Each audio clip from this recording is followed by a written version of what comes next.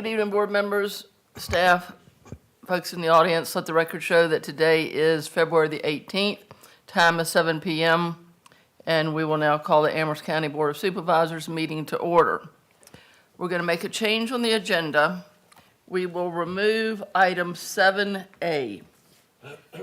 However, we will keep the public hearing on 7A, which is the Union Hill Solar Farm.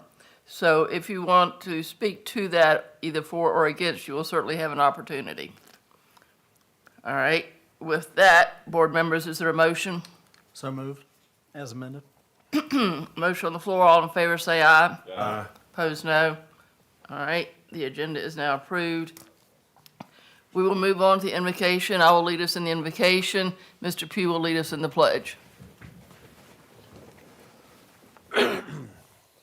Our Heavenly Father, thank you so much for the opportunity that the five of us have to serve the citizens of Amherst County. We ask that you protect our public safety folks, our sheriff's department, our staff, all the people that work so hard and are so committed to making Amherst County the best place that it can possibly be. We ask for your hand of protection over our armed services. We ask that you give us patience and wisdom as we make the best decisions that we can for the citizens of Amherst. In your name we pray. Amen. Amen. I pledge allegiance to the flag of the United States of America and to the republic for which it stands, one nation, under God, indivisible, with liberty and justice for all. Thank you.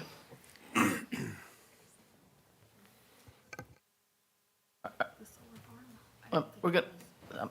There's not a public hearing for this, right? That's what you took off, right? 7A, yes. But there's no public hearing for that. This is a public hearing. All right. Now you want to speak it. Yeah, so we're going to open up the citizens' comments now. I'm going to go back on 7A, which is the solar farm. So if there's anyone here that wishes to speak, now would be the time if you wish to speak for or against that. But at this point, we'll open up citizen comment. Anyone here wishing to speak? Mr. Soger, did you raise your hand? Okay. All right, seeing and hearing none, we'll now close citizen comment and move on to the public hearing. Mr. Creasy?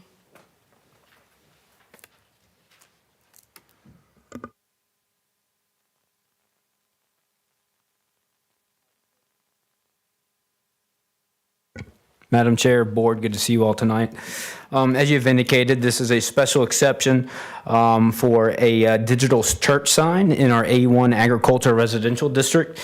This is located at 1583 Richmond Highway, as you can see before you, and is further identified as tax map number 112-A-26.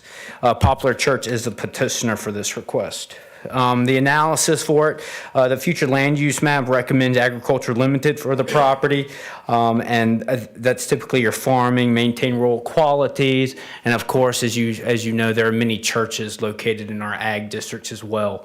I would now like to flip it over to the screen so you got a little better idea of the surrounding area. So here's our zoning map. As you can see, a lot of the stuff around it is zoned A1, actually all of it.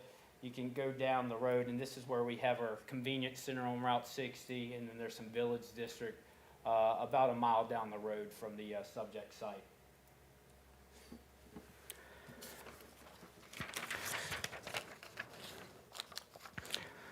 Section 907.041D indicates an approved special exception permit is required for any sign to be located in our agricultural district that displays flashing or intermittent lights or other lights of changing degrees of intensity, brightness, or color. So that is why this petition is before you today, because the property is zoned A-1. The purpose of the special exception is for the freestanding sign. If you look in the staff report, there are two different designs for the sign located. I believe the church has picked the correct design. However, it's not noted in the staff report. However, I will indicate that the proposed square footage and height requirements meet the county setback and square footage rules for that. I would also like to point out that found within the county's ordinance are a few requirements for signs that staff did not add as conditions since they are already requirements. There's no need to be redundant for these types of cases.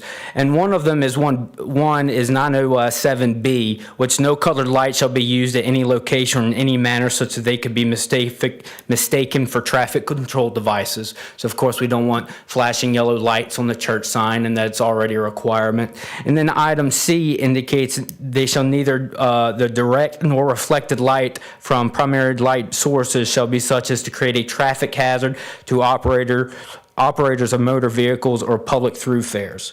So those are requirements of signs anyways in the county, so that they're not added conditions since they're already a requirements, not to be redundant. Just a little back information. The subject parcel is almost 2 acres. It's a roughly 1.89 acres large, and the parcel contains a church, an existing sign, which is, and if I can zoom in, if you see this little, kind of almost looks like a shrub, but this is where the existing sign is with associated parking. This was sent to VDOT for review. Since the sign is outside of VDOT's right-of-way, they indicated to staff that they have no concerns or any regulations that they can pose on the sign. It was also sent to the county's fire marshal, in which they indicated that they had no issues for the concern. And regarding the impact, the proposed special exception would allow for a freestanding sign with lights of changing degree of intensity, brightness, or color. Staff does not have any concerns about the proposal. If there were flashing lights that were mistaken for traffic, or if it was going across property lines, staff believes we have the means to enforce such requirements to have the church change those. Found within the Board of Supervisors packet indicates there is a community letter for Popular Church. I must apologize because if you click on that attachment, it is a setback drawing for a different property. My apologies for that, board. But I did pass that letter out earlier this meeting, so it should all be before you, so I apologize for that. Planning Commission recommended approval of this request 6-0. And at this time, are there any questions for staff? Any questions, board members? Madam Chair, if I may, and this may not be the right time, Mr. Creasy, but as I reviewed this thing the other night, it seems like, well, I had a couple questions. Obviously, I have no issues with this sign, and I appreciate the church and/or McBride Signs going through the correct process to do this. However, with that being said, it seems like there was a lot of staff time tied up in us approving a sign. Is that correct? I would not say staff time, but going through the process is crossing T's, dotting I's. It could seem bureaucratic, yes, sir. Right. So I guess my question going forward, is there anything, because obviously these digital signs are becoming more and more popular. Right. For whether it's the volunteer fire departments, whether it's a church, civic, or whatever it may be. But is there anything we can do going forward to cut down, because I know there's a lot of stuff coming through your office, and to cut down on the bureaucratical red tape and to save on staff time to approve on the sign?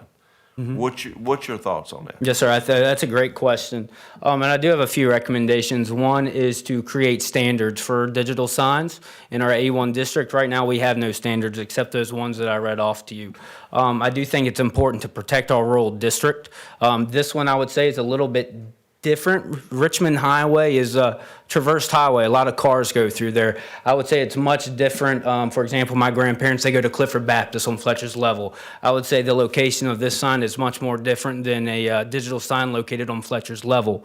But to that extent, I believe if we were to go through a code change to actually set higher standards for these signs to where they would not be special exceptions, but we had those standards listed down to ensure that our rural area districts are protected as well as neighboring properties. I believe that's a fine way to move about it to reduce this restriction and not make it a special exception.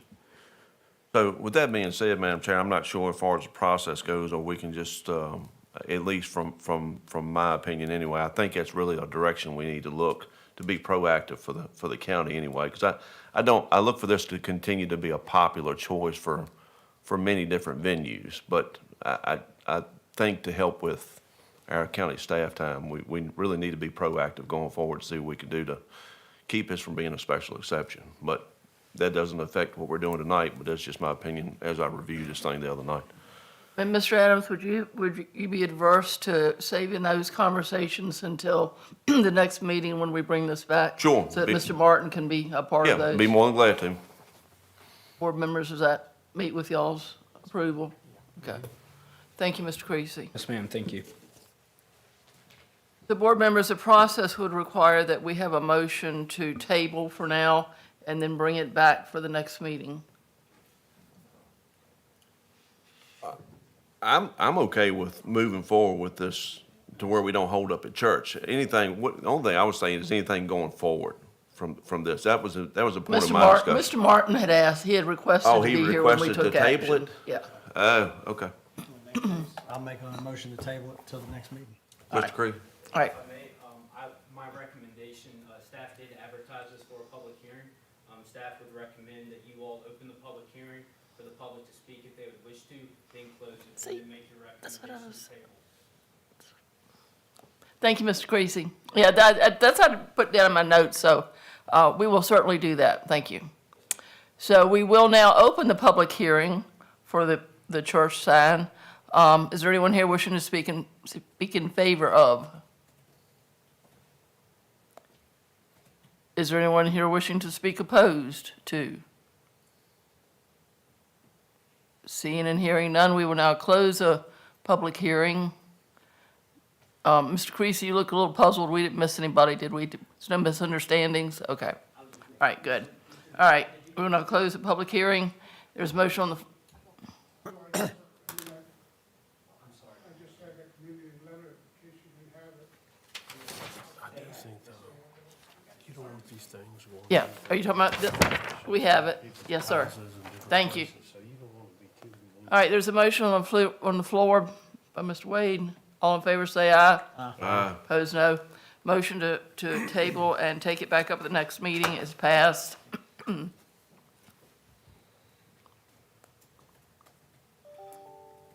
And next, we have our solid waste management plan.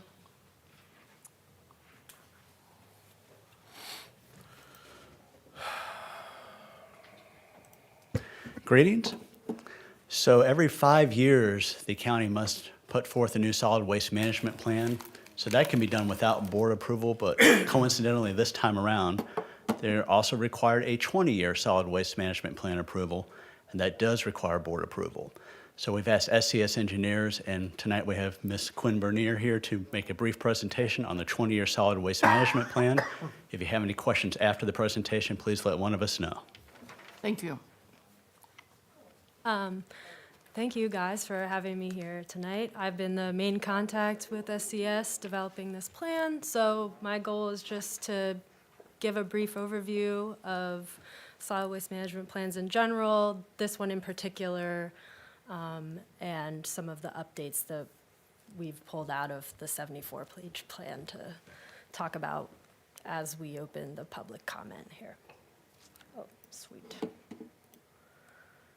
All right, so before we get into updates and community comments, starting with what a solid waste management plan is, basically, the Virginia Department of Environmental Quality asks that all jurisdictions provide this type of plan. Really what they want to know is, you know, solid waste can be a big environmental problem if you're not managing it properly, so they want to know that there are structures in place and that you're thinking about the future and that the wastes are being managed appropriately from collection, transportation, all these things I have listed here, in addition to your reduce, reuse, recycle, and other diversion efforts. Of course, the million-dollar question, also, how are you going to pay for it? They want to know that there is funding in place to maintain these essential services for waste disposal. All right, so a little history on Amherst County Solid Waste Management Plan in particular. The original was written in 2004. So structured like most plans, it has a lot of demographic information describing background about the county and the people and businesses in it, which can really inform what kind of wastes are going to be generated and therefore how they should be collected, treated, and disposed of. So the requirement is that there has to be 20-year projections and then initiatives. So we're here tonight because it's 20 years later and it's time to update those 20-year projections, which is a requirement from the VDEQ. And that includes a comprehensive review of the entire narrative of the plan to make sure that what's in there still applies, or that you're updating what needs to be updated to make sure that solid waste continues to be managed the way that it needs to be in Amherst County. So the reason you haven't seen me 5 years ago is that normally the 5-year updates are a little bit more informal. You can do it via sending a letter to VDEQ saying, yep, everything's good, or we have a few small updates, everything's good. But at this juncture, in the 20-year intervals, they do request a more intensive review, which is what we've just done. So next I'll go through some highlights from the plan. A big basis for figuring out what to do with waste is figuring out how much of it is. So I wanted to present some numbers having to do with that.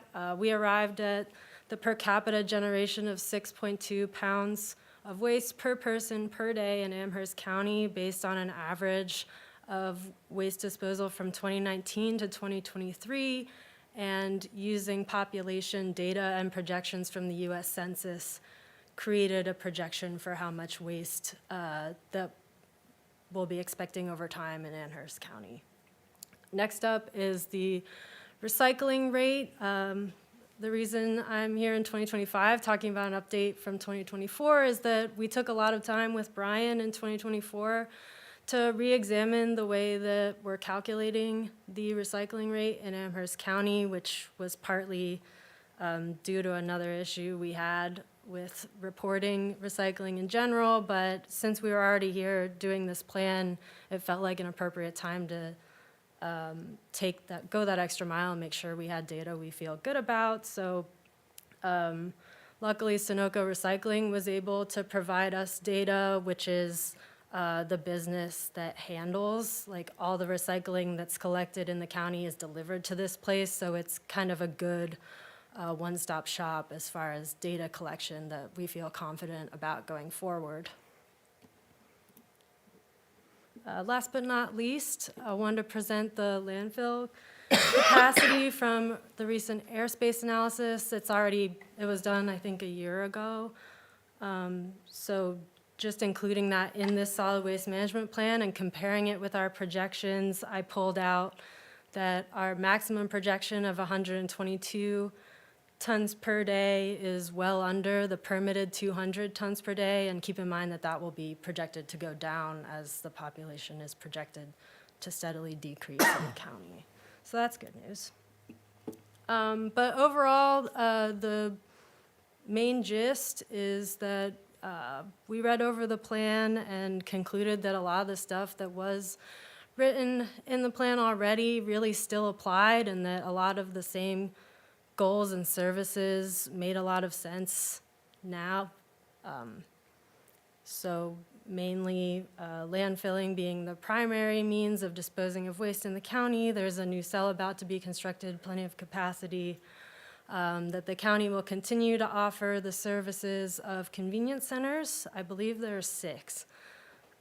For citizens to drop off any materials they wish, and to maintain a pretty aggressive recycling goal of 25%, which is greater than the minimum required 15% by the state, so something to hang your hat on.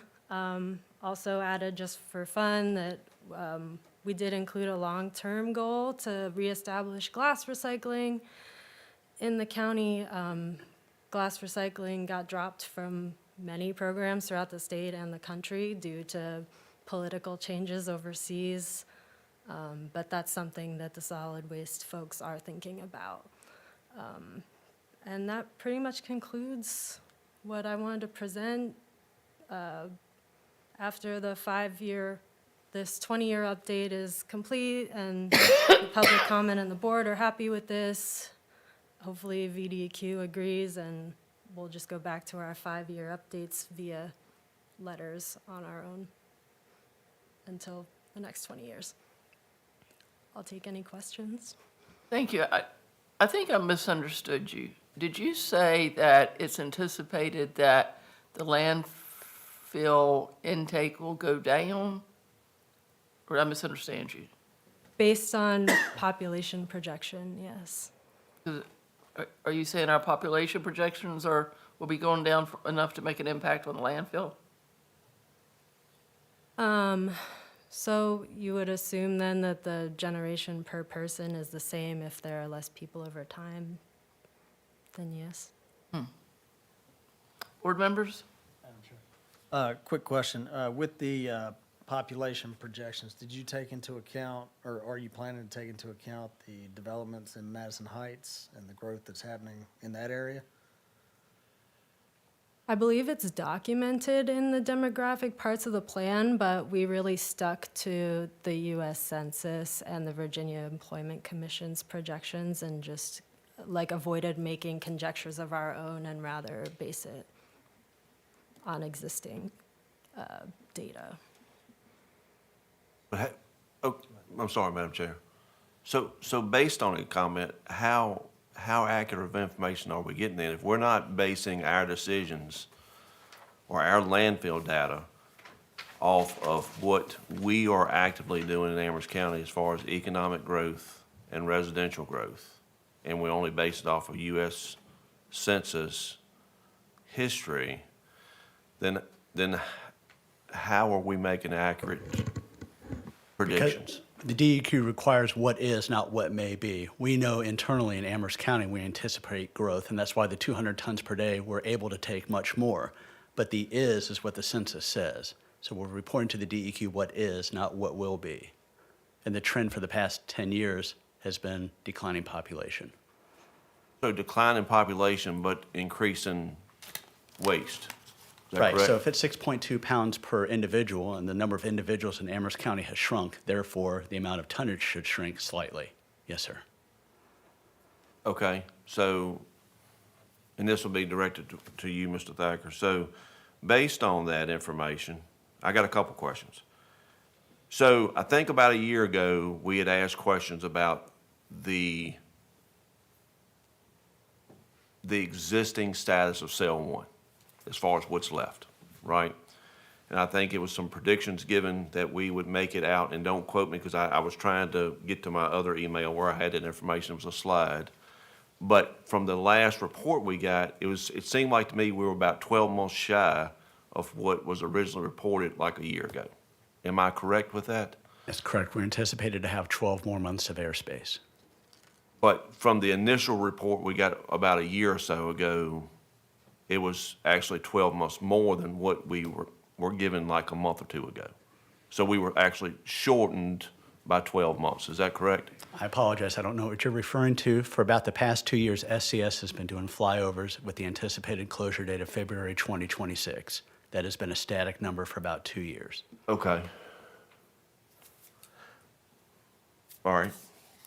So the next, when I was reviewing this report the other night, it also commented or referenced in here cells 3 and 4. And I'm trying to find it in the midst of all this. I should have done a better job of highlighting it. Am I correct that cells 3 and 4 was referenced in this waste management document report? Yes, All right, but 3 and 4 was interfered with, wasn't 3 and 4 interfered with the transfer station being put in? no, sir, just cell 3. But cell 3 can also be used as an active cell if the board decides to get rid of the transfer station. It is still a permitted cell, and therefore that airspace can still be calculated. Okay. That's all I've got now, Madam Chair. Mr. Wade, you have any questions? No, I'm just sticking on the revision history. It's not, just make sure that's updated on the 2020 census data.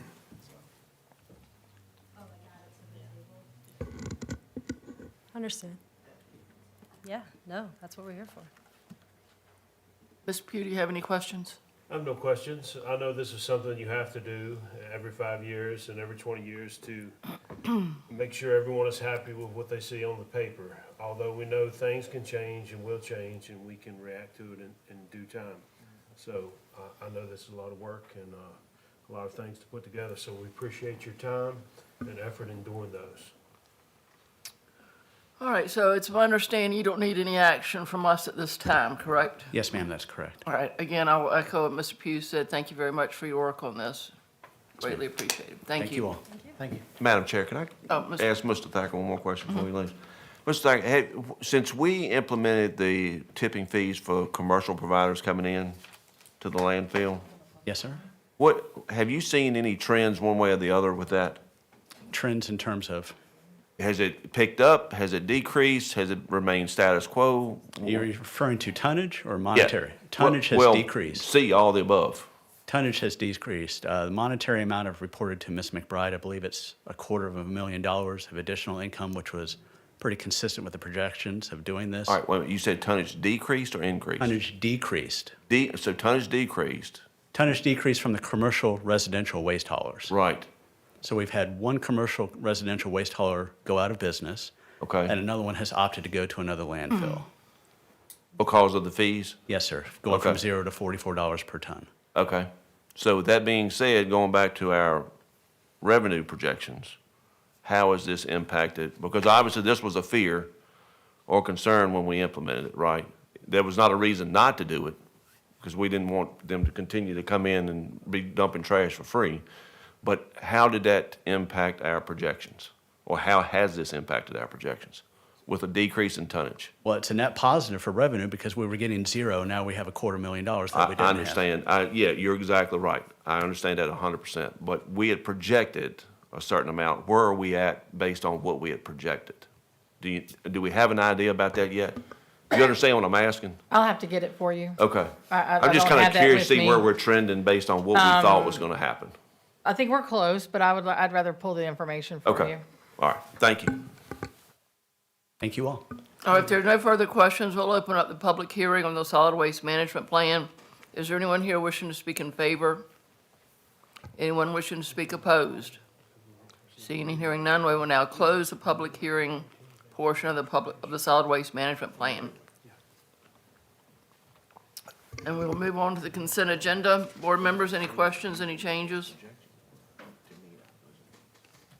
Motion to approve. All right, motion on the floor by Mr. Wade. All in favor say aye. Aye. Opposed, no. The consent agenda is now approved. And we will move on to new business. However, we have removed that section from the agenda, and we'll move on to the county administrator's report. Ms. Wilkes, do you have anything from the county administrator? No, ma'am, just that they're, assume he has let you know about the board vacancy, The board what? the social services board. No, I think we're going to take action on that. Okay, that's the only thing that I know of. Excuse me. And there appears to be a vacancy on the Social Services Board. I know that some of the members of the Board of Supervisors have been talking to the director and to others about that. And so, board members, is there any desire for any action tonight? Yes, Ms. Chairwoman, having reviewed both of the candidates, both are qualified, have good backgrounds. But I have known Ms. Kidd's family for quite a bit of time, and I know they're long-term residents of the county. She has an excellent background. I've talked with other members of my board on social services, and we felt that she would be the best fit for the board at this time. So I would like to go ahead and appoint Ms. Kidd tonight. Board members, is there any discussion? Madam Chair, if I may, the only thing I would reiterate with Mr. Pugh just stated that Ms. Kidd did take the initiative to reach out to me and actually had some great question and about the position and, you know, as far as what it entails for the county, and we had some really great discussion about it. So I appreciate her taking the time. And again, like Mr. Pugh, I've known her family for quite some time and quite an impressive resume. So I would have to agree with Mr. Pugh on this.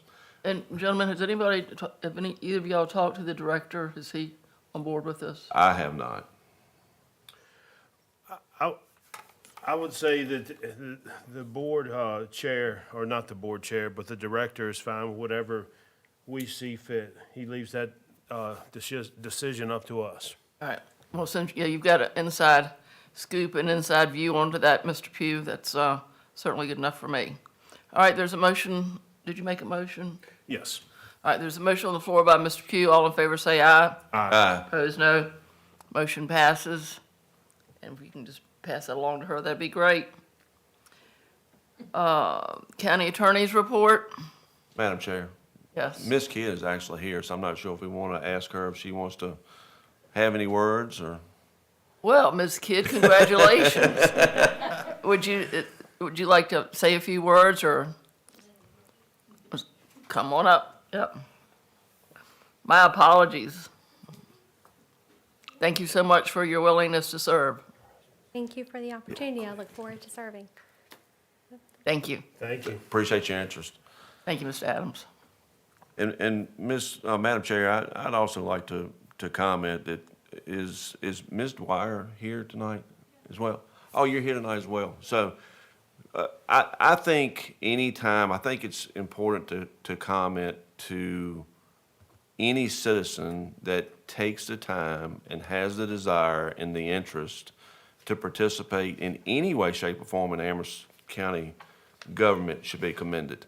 I would say to Ms. Dwyer, I don't want you to be discouraged by this. We certainly appreciate your interest. And hopefully you have the interest moving forward to participate in some way, shape, or form in our government. This is things that I think all board members, we have commented on at some point in time, that we love community involvement because that's what makes the county tick. So I wanted to comment that personally to you as well. Thank you very much. Thank you, Mr. Adams. That's absolutely true, and just, we hope that you will continue to be involved, and if you've ever got any questions about a particular appointment or something that's coming available, any of us, just pick up the phone and call us or send us an email. We'll be glad to talk to you. Thank you. Any other questions? All right, we'll move on to the county attorney's report. Madam Chair, the only thing that I have to add at this time would be that with respect to the lawsuit against the county and the Fishers for their special exception, the plaintiff has agreed to enter an order approving the official record as being entered into the court proceedings, and we are now working on scheduling an actual hearing for the county's demurra, seeking to get the matter dismissed. Very good, thank you. Ag Committee, I don't have anything to report there. The Treasurer's Quarterly Report is for your information only. And so we will now move back to citizen comments. Anyone here wishing to speak? Seeing and hearing none, we will close citizen comments and go to matters from members of the board. Mr. Wade? Just one thing, want to wish Mr. Bryan, our county administrator, hopefully he's getting better, so after his little fall over the weekend, so hope you're getting better. Get back here soon, before Stacy has your job. That's all. Mr. Adams? No, I do not. I just want to continue to thank the county staff for everything they're doing, obviously with law enforcement and public safety with these storms that we've had recently, and unfortunately, we're looking down the, no pun intended, the gun barrel of another one tomorrow and Thursday. I've had enough of snow personally, but the guys and gals from law enforcement and public safety, they've had their butts handed to them the last several weeks, so we appreciate it. Thanks, Public Works, for all they're doing. Yes, and thank you, Mr. Beam, and Public Works with pushing Yep. snow and keeping the passageways clear. And I saw they'd already put some salt down on the sidewalk, so I'm sorry to have not commented on that as well. But I just wanted to thank everybody for all the hard work during this unfortunate weather. Mr. Pugh? I have nothing. And I don't have anything, so nothing else. Is there a motion to adjourn? So moved. Motion on the floor by Mr. Adams. All in favor say aye. Aye. Opposed, no. Meeting is now adjourned. Thank you, gentlemen.